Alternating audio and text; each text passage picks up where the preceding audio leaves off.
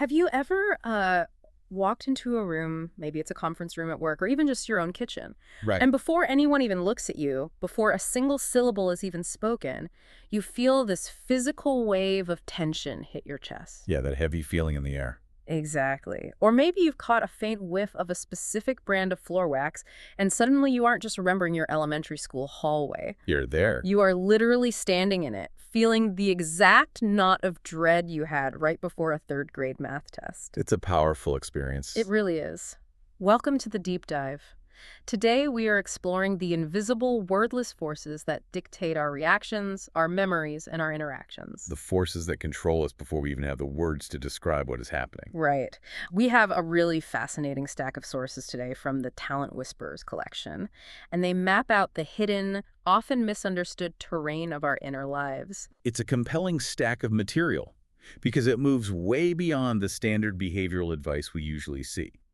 If we connect this to the bigger picture, we are looking at a unified perceptive architecture. Unified perceptive architecture, I like that. Yeah, we are exploring how the human nervous system acts as a high-fidelity recorder, how it interprets the world in real time without our conscious permission. And how it sometimes throws up these impenetrable guards to protect us from the very world it's trying to navigate. Exactly. We aren't just talking about abstract psychology here. We are talking about the biological hardware of human connection. Okay, let's unpack this. We're going to look at how some people act as emotional moisture detectors. A great analogy. We're going to explore how the body speaks its truth long before the mind ever finds the words to articulate it.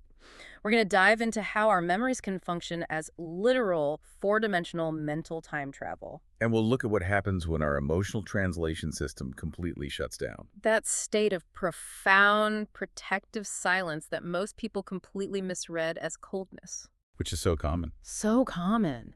This isn't just theory. It's a toolkit for understanding why we do what we do and why the people around us sometimes seem so utterly baffling. And as we go through these concepts, I want to invite you, the listener, to actively test these ideas against your own experiences. Yeah, think about your own life.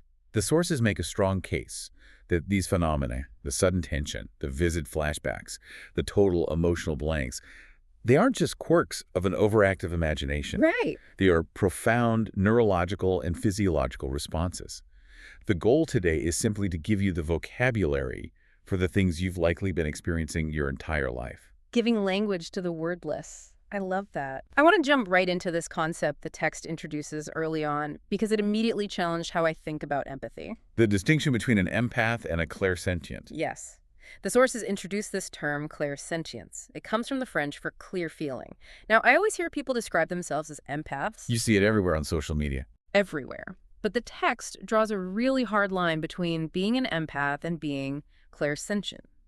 Why make that distinction so stark? It's a vital distinction because the mechanics of the two experiences are entirely different.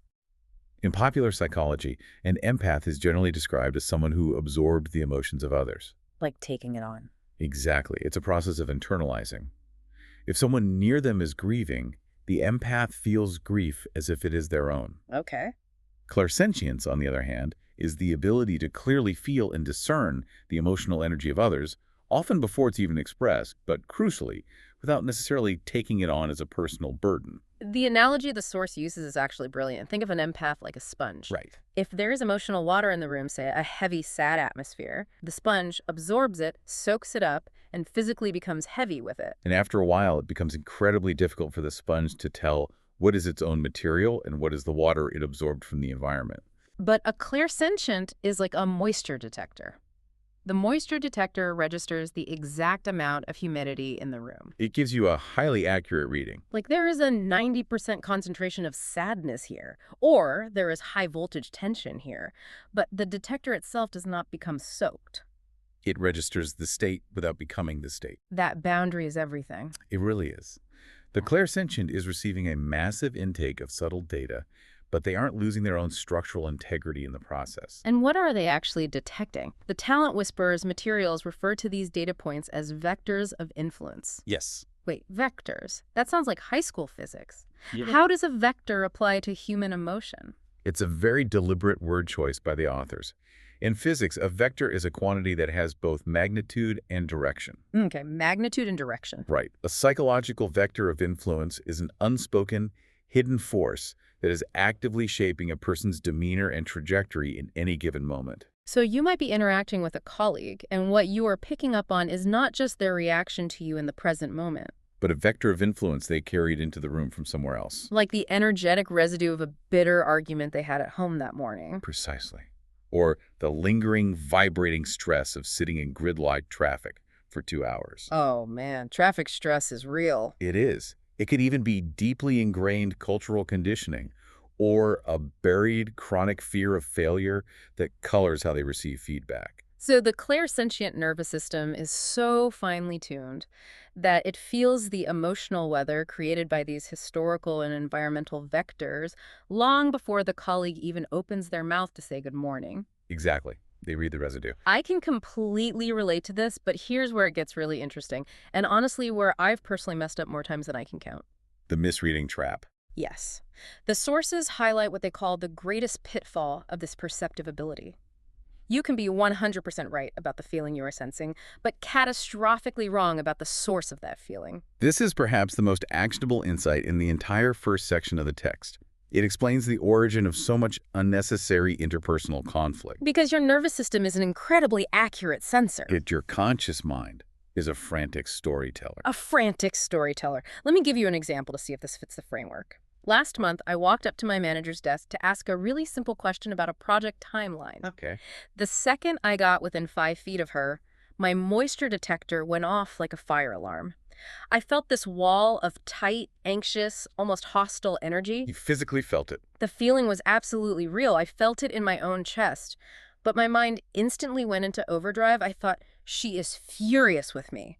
I must have screwed up the presentation yesterday. She resents me even asking this question. So what did you do? I ended up stammering, apologizing for bothering her, and walking away without even asking the question. That is the misreading trap in its purest form. Yeah. You accurately sensed the raw data, high magnitude tension. But the human mind abhors a vacuum of meaning. When it detects a strong signal, it instantly searches for a cause. And because we're inherently egocentric creatures, the mind almost always assumes we are the cause. Exactly. And of course, I found out later that afternoon that her dog had been rushed to the vet that morning. Her energy had absolutely nothing to do with me. But look at the behavioral cascade your misreading caused.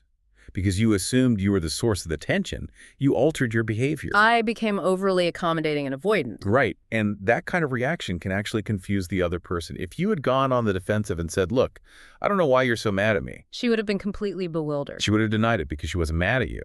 And then what happens? I would think she was lying to me. Or I would start doubting my own sanity. I would think maybe I'm just making this all up. Maybe my intuition is completely broken. Exactly. It leads to a form of unintentional mutual gaslighting. Wow. The clairsentient person starts to distrust their own very real perceptive gifts, and the other person feels unfairly accused. So how do we fix this? The sources don't just say be more careful.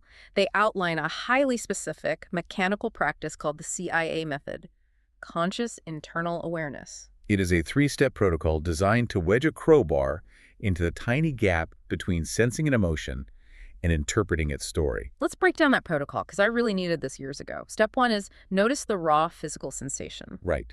Before your mind even have a chance to slap an emotional label like anger or fear on the feeling, you have to force yourself to act as a neutral biological observer. You are looking at the pure telemetry of your own body. Where does this signal live?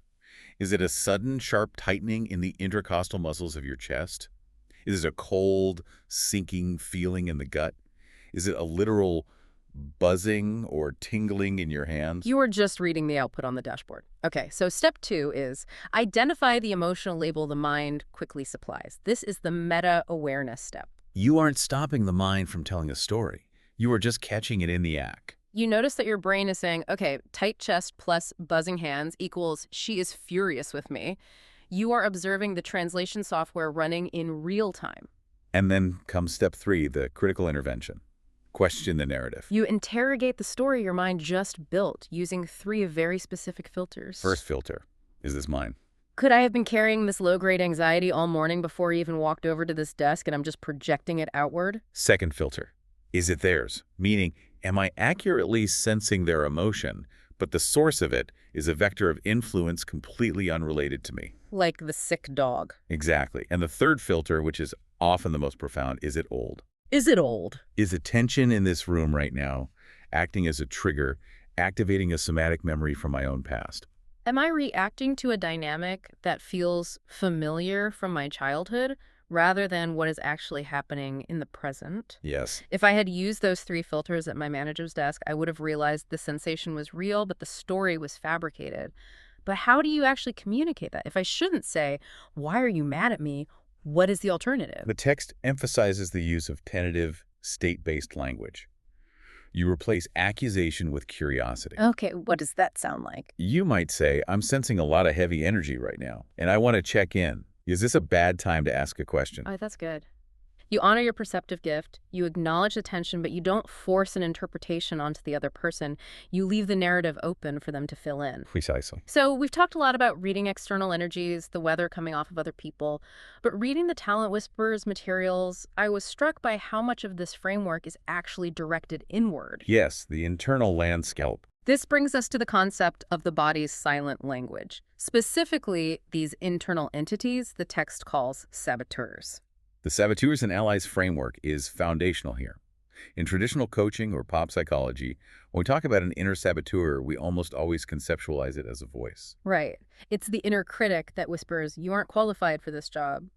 Or the perfectionist that screams, "If it isn't flawless, it's a disaster." They speak in very familiar, articulate English sentences. But the sources argue something much more radical. Saboteurs do not require language. Sometimes they are purely nonverbal biological imperatives. Yes. This blew my mind. A nonverbal saboteur isn't a thought, it's a physiological event. It is a heart that suddenly starts hammering at 120 beats per minute during a casual meeting. It's a suddenly shallow, restrictive breath pattern. It's a dull, chronic ache in your lower back that flares up every time you have to call your parents. They are forces without words, but they dictate our behavior just as powerfully, if not more powerfully, than our conscious thoughts. And the tragic mistake we make, according to the sources, is that we treat the physical signal itself as the disease. Rather than recognizing it as a messenger desperately trying to deliver a package. To understand why the body resorts to this kind of drastic, nonverbal communication, the text synthesizes the work of three pioneering scientific minds. This isn't mystical energy work. This is hard biology and neurology. Let's spend some time on this scientific trio, because their work completely validates the clairsentient experience. The first is Dr. John Sarno. Now, Sarno was a controversial figure in mainstream medicine for a long time, but his clinical results were undeniable. He focused on severe chronic pains, specifically what he termed tension myoneural syndrome, or TMS. Sarno's core thesis was revolutionary. He found that in thousands of patients with debilitating back pain, neck pain, or repetitive stress injuries, there was often no structural damage to the spine or tissues that could explain the level of agony they were in. The MRI would show mild normal degeneration for their age, but the patient was practically paralyzed. Right. Sarno demonstrated that the brain was deliberately creating real, agonizing physical pain by mildly restricting blood flow, and therefore oxygen, to specific muscles and nerves. But wait, let me play devil's advocate here. Why on earth would the human brain, which is designed to keep us alive and functioning, deliberately torture its own body with oxygen deprivation? What's the evolutionary payoff? Infraction. Distraction. Sarno argued that the brain uses physical pain as a deeply clever decoy. It is a nonverbal saboteur acting as a shield. A shield from what?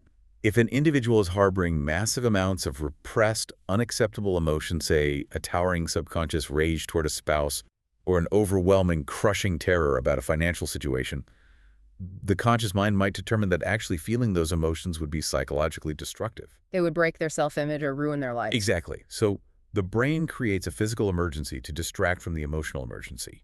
You can't focus on your suppressed rage if you can barely walk to the bathroom because of your sciatica. The pain is the body speaking, the emotion the mind refuses to acknowledge. It's essentially saying, pay attention to me or I will shut this whole operation down. Very well put. Then the text brings in the second lens. Dr. Bessel van der Kolk, who wrote The Body Keeps the Score. His work deals with trauma, but he frames it in a way that perfectly aligns with these nonverbal signals. He describes trauma not as a bad memory stored in the hippocampus, but as frozen motion. Frozen motion, that is one of the most accurate biological descriptions of trauma we have. Let's look at the mechanics of the mammalian nervous system. When any organism faces a mortal threat, it initiates a massive surge of physiological energy designed to complete a survival cycle, typically fight or flight. If a gazelle is chased by a cheetah and survives, you will see the gazelle literally shake and tremor afterward. It is discharging the massive autonomic nervous system activation. It completes the cycle and goes back to grazing. But humans don't do that. No, we don't. We are socially conditioned not to.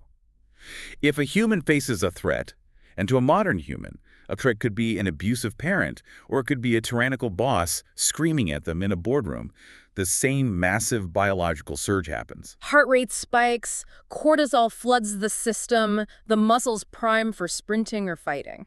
But they can't run, and they can't punch their boss. They have to sit quietly in their ergonomic chair and take it. The cycle is interrupted. It is impossible to complete. So where does all that kinetic survival energy go? It doesn't evaporate. It becomes encoded in the somatic architecture. The energy of that thwarted survival response is trapped in the posture, the muscle tone, the fascia, and the reflexes. These frozen responses become nonverbal saboteurs. Yeah. Years later, a minor, unrelated stressor might occur, and suddenly the person experiences extreme emotional volatility or a panic attack. It seems to come out of nowhere. But it isn't random. It is the body still desperately trying to complete a survival cycle from a decade ago. Which flows perfectly into the third scientist the text highlights, Dr. Stephen Porges and his polyvagal theory. Right.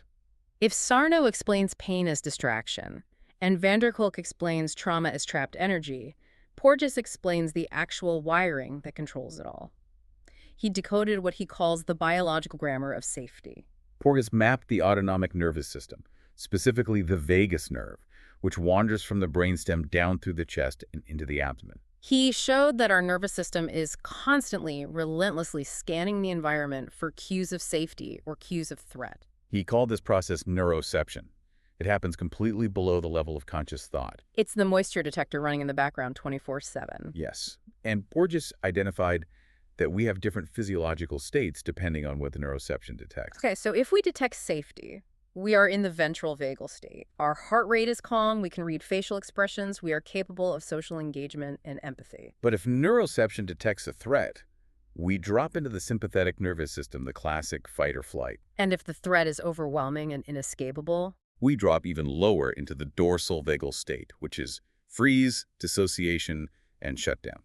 so when we synthesize these three lumpas, Sarno, van der Kolk, and Porges, what is the ultimate takeaway for the clairsentient or the empath?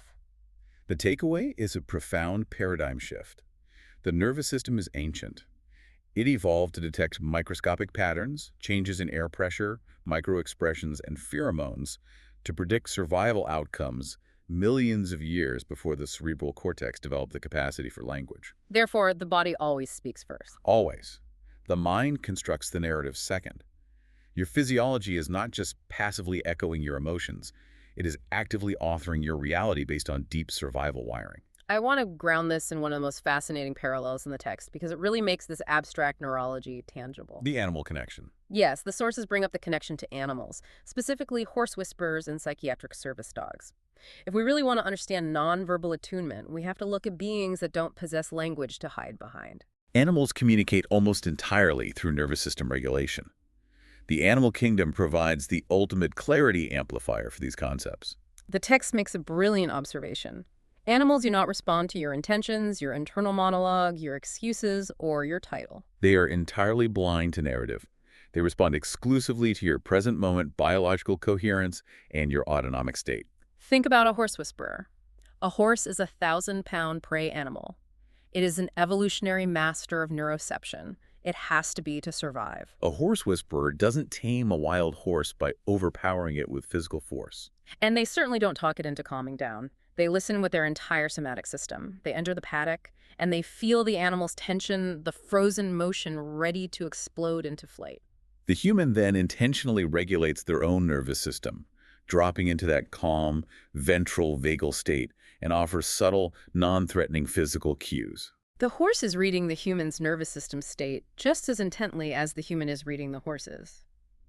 When the human proves their biological coherence, the horse's neuroception registers safety and it calms down. And the example of the psychiatric service dogs for severe PTSD is even more granular. We often think of these dogs as providing comfort during a panic attack. But their true value is in their precognitive detection. Right. These dogs are trained to detect the subtle, nonverbal physiological precursors of a saboteur hijacking the system. This detail is incredible. The text explains that long before a human handler is consciously aware that they are being triggered, their biology begins to shift. The dog can literally smell the micro-changes in cortisol and adrenaline secreting through the skin. They notice the millimeter changes in pupil dilation, the slight shallowing of the respiratory rate, the rigid shifts in posture. The dog acts on the raw data. It will nudge the handler or lay its head across their lap, physically interrupting the escalating sympathetic nervous system response before the conscious mind even knows the threat has registered. What's fascinating here is how the text seamlessly connects this pure animal attunement back to human development. We look at that dog and think it's a miracle, but humans possess this exact same capacity for hypersensitive, nonverbal, state-based attunement. The difference is that for many clairsentients, this wasn't developed as a cool parlor trick or a spiritual gift. It was forged as a raw, desperate survival mechanism. The text calls it the conflict appease cycle. Let's paint a picture of what this looks like, because I know a lot of listeners will recognize this immediately. Imagine you grew up in a chaotic or unpredictable environment. Maybe you had a caregiver who struggled with addiction or had volatile, explosive mood swings. As a child, you quickly learned that you couldn't rely on their words. They might say, "I'm fine," but their body language screamed danger.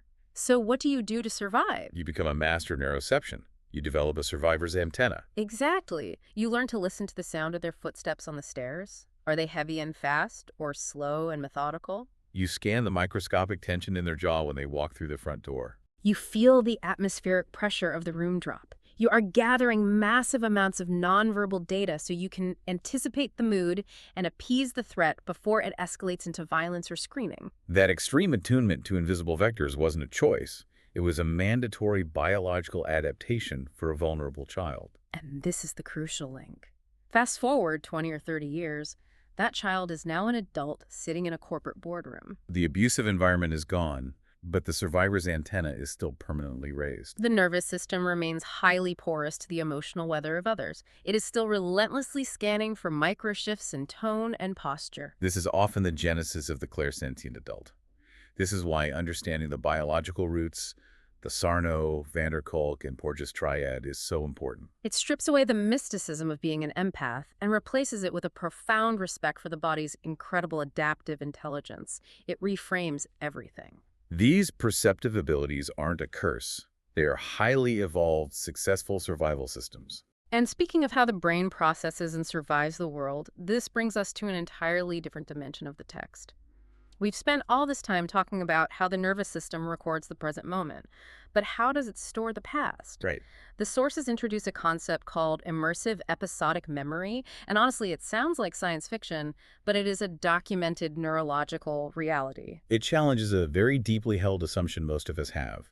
We tend to assume that memory is a universal, standardized cognitive function. If you ask a room full of people to describe a memory, we generally assume we are all doing the same thing. We think of memories like a slightly degraded photo album, a collection of blurry conceptual snapshots, or a bulleted list of facts about what happened. I went to the beach, it was sunny, we ate ice cream. But human perception is vastly more diverse than that. For a specific subset of the population, the text describes memory not as a recall of facts, but as a high-definition, multi-sensory immersion. The text calls it a 4D immersive theater. And the details provided are staggering. If someone with this specific neurological trait recalls a memory, even one from 30 or 40 years ago, they don't just remember the event conceptually. They literally re-enter the somatic state of that moment. If they think about their childhood home, they don't just see the visual layout. They feel the exact, specific, cool draft from the poorly insulated window on their left forearm. They smell the highly specific, complex mixture of old paper, dust, and their mother's perfume. And most importantly, they feel the precise emotional state, maybe a heavy knot of dread in their stomach or a soaring light feeling in their chest exactly as it existed in that millisecond of the past. The body reactivates the original physiological state.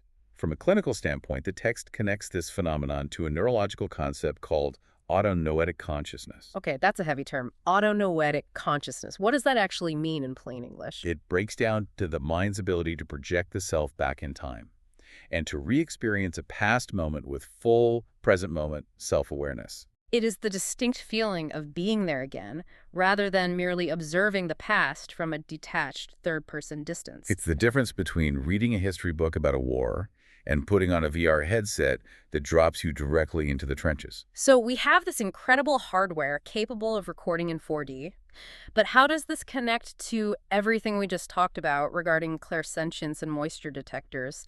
Because reading the sources, this was a massive aha moment for me. These aren't two separate quirks, they are a unified system. Yes, if we connect this to the bigger picture, they are the intake and the storage mechanisms of the same architecture. Let's map it out.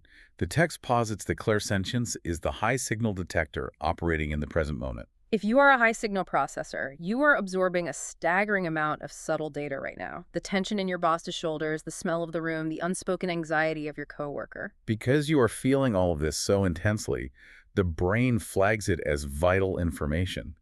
Neuroscience has long shown that emotion acts as a chemical highlighter for memory.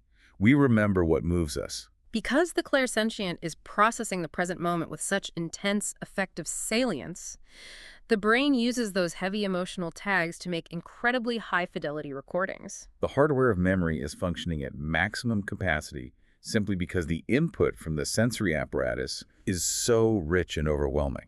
So if you are walking around the world right now, acting as a moisture detector, absorbing massive amounts of subtle, emotional, non-verbal data today, your brain is actively building an intensely vivid virtual reality library for tomorrow. You are encoding the world in HD because you're experiencing it in HD. Precisely. And this leads to what I consider the most compelling and hopeful concept in the entire Talent Whisperer material, retroactive clairsentience, or what the author refers to as late discovery. So what does this all mean in a practical sense? How do you use retroactive clairsentience? It relies on a profound principle. The recording of the memory is incredibly detailed and complete, but your capacity to interpret it evolves over time. The past itself doesn't change, but the software you use to analyze the past gets upgraded. Let's walk through the example from the text because it illustrates this perfectly. Imagine you are a child, maybe 7 years old. You are in a classroom, and you have an interaction with a teacher. As a highly attuned child, you encode a high-fidelity, immersive, episodic memory of that moment. You record the exact tone of the teacher's voice, the rigid way they were standing, the heavy, oppressive atmosphere in the classroom. But you are 7. You do not have the emotional maturity, the vocabulary, or the life experience to understand what was actually happening in that adult's life.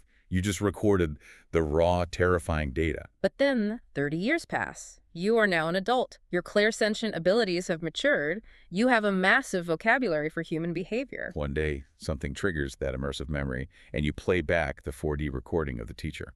And suddenly, in the playback, it's like a hidden audio track is revealed. You are reading the 30-year-old sensory data with your present-day adult intuition. And you realize, oh my God, my teacher wasn't angry at me. That tightness in their voice, that rigid posture, that was profound, desperate grief. They were terrified. They were carrying some massive burden. You discover a truth hidden in the archives of the past that you literally couldn't access when the event was recorded. That is retroactive clairsentience. The data was preserved perfectly by the immersive memory system, sitting in the vault, waiting for the interpreter function of the brain to mature enough to decode it. Now, it is absolutely crucial to make a distinction here that the authors emphasize heavily. We must rigorously differentiate this process of intuitive encoding from trauma imprinting. I'm really glad you brought that up. Yeah. Because when you describe re-experiencing the past with full physical sensations, a lot of listeners are immediately going to think about PTSD. How is this 4D memory different from a traumatic flashback? Don't they feel the same? The subjective intensity might feel similar, but the mechanics, the origin, and the biological purpose are entirely different. Trauma-imprinted recall is fundamentally involuntary. It is a hijacking of the central nervous system. It is dominated almost entirely by the amygdala's fear circuitry, and it replays as a desperate, unintegrated protective mechanism. It floods the system with overwhelming threat signals, pulling you back into a state of total helplessness. It's the frozen motion thawing out aggressively. Yes. Intuitive encoding, on the other hand, is not inherently tied to threat or fear.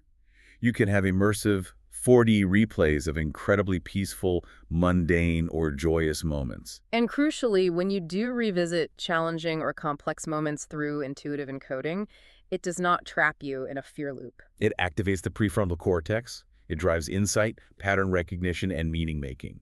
It is a perceptive, cognitive intelligence at work, analyzing data for wisdom, not just a primitive survival reflex looping in sheer terror. It's a difference between being trapped inside a horror movie where you have no control versus sitting in an editing bay, studying a documentary to understand the full context of a historical event. You're observing the heavy emotions, but you aren't being destroyed by them. Exactly, which actually bridges us perfectly to the final major theme of the sources.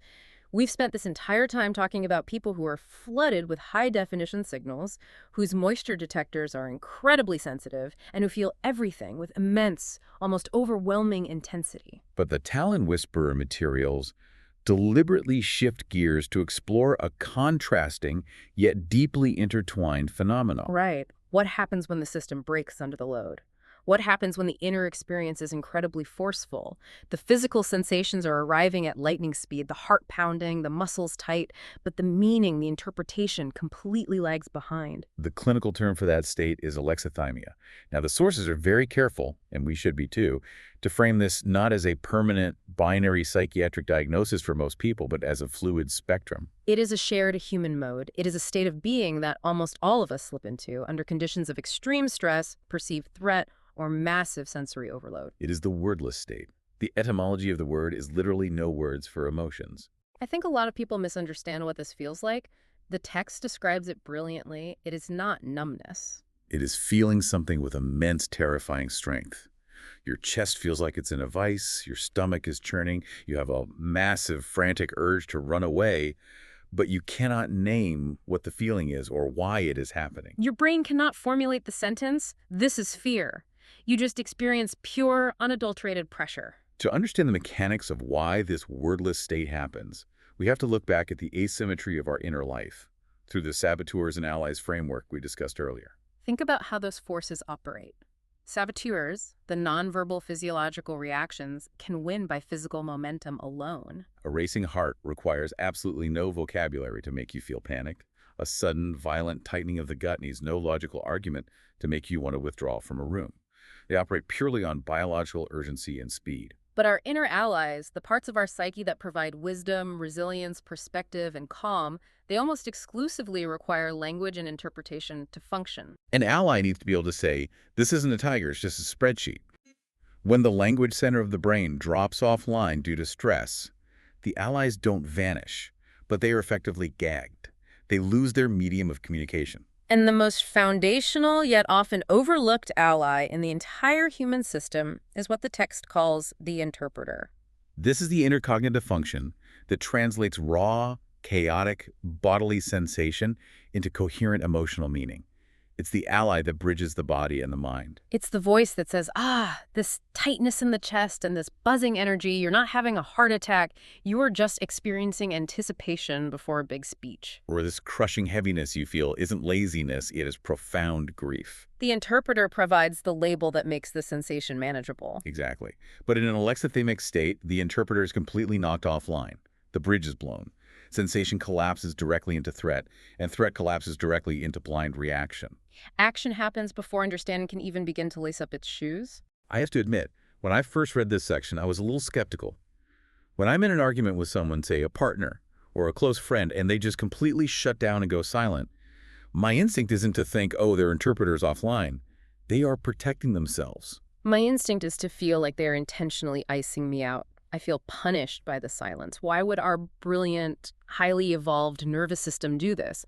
Why would it intentionally shut down the very tool language that could resolve the conflict? What's fascinating here is that we have to look at the evolutionary and historical context of the individual. The text points out that this wordlessness is very often a highly intelligent, deeply ingrained protective adaptation. It is a mistake to view alexithymia simply as a broken or defective system. So how is losing your words protective? Because for many people, In their formative past, emotional precision was actually incredibly dangerous. If, as a child, naming your feelings clearly stating, I am angry that you did that, or I am sad and I need comfort, did not lead to support or regulation, but instead triggered punishment, ridicule, physical escalation, or being told you were too sensitive or too much. The nervous system learned a brutal, indelible lesson. It learned that emotional clarity carries a severe, unacceptable cost. Wow. So under those historical conditions, a blur became the safest place to hide. If your feelings stayed vague and your internal sensations remained unnamed, the ambiguity reduced your exposure to danger. You can't be punished for an emotion you haven't declared. The saboteur active in an alexithymic state isn't a critic telling you that you are stupid. It's a gatekeeper. It is literally slamming the heavy iron door on interpretation to guard against a cascade of vulnerability that once cost you dearly. That is a profound reframe, and it is a key to empathy in these situations. The gatekeeper is making a rapid subconscious calculation. Nuance is metabolically expensive and historically dangerous. There is a threat in this room. Shut down the translation software, just feel the raw threat, and get ready to bolt. And this leads directly to what the text highlights as the most painful aspect of this state: the tragic misreads from the outside world. The misinterpreted coldness. I think every manager, every parent, and every partner needs to hear this distinction. Let's go back to that argument scenario.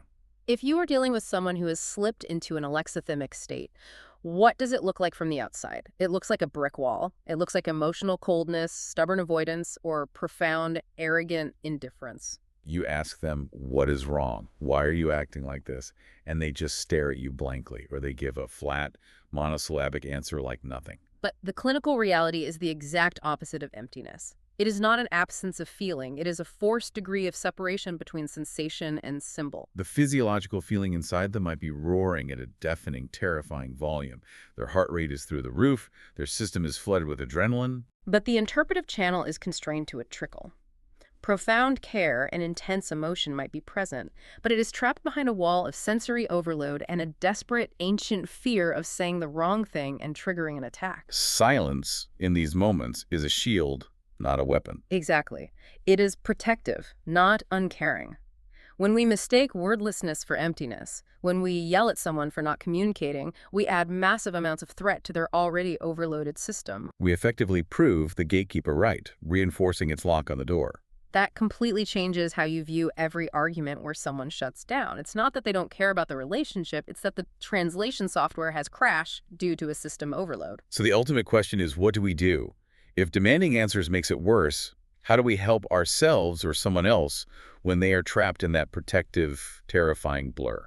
That brings us to our final section, bridging these two worlds. We need to connect the protective silence of alexithymia back to the high signal attunement of clairsentience. To navigate an alexithymic state, whether it's your own or someone else's, requires a specific kind of attention that the Talent Whisperer coaching frameworks call Level 3 listening or global listening. The text mentions these 3 levels of listening, but I've only ever really thought about the basic communication seminar stuff. Active versus passive listening. Huh? What do these 3 levels actually entail? Let's break them down. Level 1 listening is purely internal. You are technically hearing the other person speak, but your attention is entirely on your own internal monologue. You are formulating your next reply or judging what they are saying based on how it affects you. Level 2 is focused, active listening. Your attention is laser focused on the other person and the exact words they are saying. You are analyzing their sentences and responding to their logic. The Level 3, what is that? Level 3 is the native, unfiltered domain of the clairsentient. It is a soft, wide-open, spherical awareness of the entire environment. You are listening to the words, yes, but you are equally attuned to the atmospheric energy shifts, the physical tension in the jaw, the subtle rhythm of their breath, and crucially, you are listening to the shape of the silence. You are listening to what is not being said. When you apply Level 3 presence to a situation where someone has shut down, the text calls it reading the absence. I love this workplace example they give. Imagine a talent whisperer, a highly attuned, clairsentient leader, sitting with their executive team during a massive existential crisis. The text calls it a business near-death experience. A huge product launch has failed, or a major client has walked. The leader looks around the table and asks, how is everyone doing with this? The team responds with Level 2 words. We're fine. We're just focused on the data. We'll pivot. But using Level 3 presence, the leader senses the truth. Oh, They feel the paralyzing, suffocating grip of the judge-saboteur in the room. they feel the unspoken terror of failure, the rigid, constrained physical energy of six people holding their breath. The words say we are fine and analytical, but the living biological field of the room screams we are terrified and locked down in an alexithymic blur. The leader reads the absence of genuine emotion as a signal of massive distress. So how does that leader, or how do you as a partner in a relationship, bridge that gap? How do you reach into the blur and bring the interpreter ally back online without triggering the gatekeeper's alarm bells? The sources provide some very specific, counterintuitive bridging practices. The first one is name the channel before you try to name the content. This is a brilliant de-escalation technique. Usually we try to force a label. We say, "Why are you so angry?" Or internally we demand, "Why am I so depressed?" That forces the interpreter to do heavy lifting it isn't capable of yet. Instead, you just name the physical, biological reality. You name the channel the data is coming through. You say, "I notice my body is in a profound threat response right now. My heart is racing." Or, if you were the leader in that boardroom, you don't say, "You guys are terrified." You say, I'm noticing a real shift in the energy in the room. There's a lot of physical tension right now. By simply acknowledging that something is a bodily signal, you validate the experience and create a tiny bit of distance without forcing premature, threatening clarity. The second bridging practice is to heavily utilize tentative language. Remember, certainty is a massive threat to the gatekeepers. Mhm. If you point at someone and declare, "You are definitely terrified of this project failing," the system will instantly reject it and defend itself. But if you use tentative, spacious language, this might be fear I'm feeling, or I'm wondering if this heavy silence could be a sign that we are grieving this loss. You give the interpreter gentle permission to begin working without triggering the alarm. Certainty is not required for progress. Permission is. Permission to safely explore the blur. And the third practice is focusing on function over labels. If you cannot find the perfect emotional word for the pressure inside you, locate the physical sensation and ask what it seems to be trying to do. Is this intense tightness in my chest attempting to protect me from something? Is it trying to warn me? Is this heavy feeling urging me to withdraw and rest? Or is it preparing me to endure an attack? Often understanding the biological function of the sensation reveals the emotional meaning long before the specific dictionary word arrives. What all of these bridging practices have in common is profound respect. They respect the blur. They do not force the door open. And this highlights a critical point the text makes. This is exactly why common self-help advice, like just reframe your thoughts, completely and utterly fails in an alexithymic moment. Because reframing assumes there is already a clearly defined, articulated thought or emotion sitting there ready to be twisted into a positive light. Exactly. You cannot reframe a blur. You cannot cognitively restructure pure wordless pressure. You have to bypass the cognitive brain entirely, locate the physical anchor in the body first, use level 3 presence to create an atmosphere of safety, and slowly, gently coax the interpreter back online. It's about restoring the environmental conditions where interpretation actually feels safe again. As the text beautifully puts it, over time, using these bridging practices, the unnamed allies slowly gain their language back, and the wordless saboteurs lose their greatest advantage, the terrifying momentum of ambiguity. And as that language returns, human agency returns. Sensation stops feeling global and absolute. When you are in the blur, it feels like everything is wrong everywhere forever. But with the interpreter back online, it becomes local and contextual again. Fear is no longer a world-ending pressure. It points to a specific, manageable need for safety. Sadness calls for a specific moment of witnessing. You become legible and interpretable to yourself once again. Okay, let's pull all of this together and unpack everything we've covered today, bringing this deep dive full circle. We are speaking directly to you, the listener. We've journeyed through an incredibly dense, hidden landscape of the invisible forces that shape our lives. We started by exploring the high-signal receivers, clairsentients acting as moisture detectors, navigating the unspoken vectors of influence, the traffic jams, the arguments, the history that people carry into a room. And we learned how to use the CIA method, conscious internal awareness, to avoid the trap of misreading those signals and making it all about us. We then moved inward, examining the body's deeply intelligent, silent language. We saw how the nervous system, drawing on ancient mammalian survival mechanisms, speaks through nonverbal saboteurs. We looked at Sarno's concept of pain as distraction, van der Kolk's frozen motion of trauma, and Porges's biological grammar of safety. We saw how animals, operating purely on neuroception and biological coherence, perfectly mirror our own primal attunement, an attunement many of us developed as a necessary conflict-appease survival cycle in childhood. From there, we stepped into the 4D time machine. We explored the staggering reality of immersive episodic memory, where high-fidelity sensory encoding allows for full-body mental time travel. We discovered how retroactive clairsentience allows us to use our adult intuition to decode the hidden, heavy truths buried in the archives of our childhood memories, turning raw data into profound insight. And finally, we confronted the terrifying protective silence of alexithymia. We learned to respect the gatekeeper, to understand wordlessness not as malicious coldness, but as a constrained interpretive channel overwhelmed by threat. And we explored the delicate, spacious Level 3 presence required to invite the interpreter ally back online through tentative language and bodily awareness. So the question is, why should you care about all of this? Why spend this time diving into the microscopic mechanics of your inner voices, your vagus nerve, and unseen atmospheric energies? Because understanding this perceptual architecture isn't just about achieving some Zen state of personal peace. It's about becoming a deeply attuned, highly effective leader, partner, and human being. When you truly understand that the body speaks first, you naturally replace snap judgments with profound curiosity. You realize that every misread reaction, every sudden, baffling withdrawal, every brick wall of silence you encounter in someone else is just a nervous system trying desperately to navigate a complex world based on its historical programming. Understanding this allows you to meet yourself and others with a level of grace and strategic empathy that fundamentally changes the fabric of your interaction.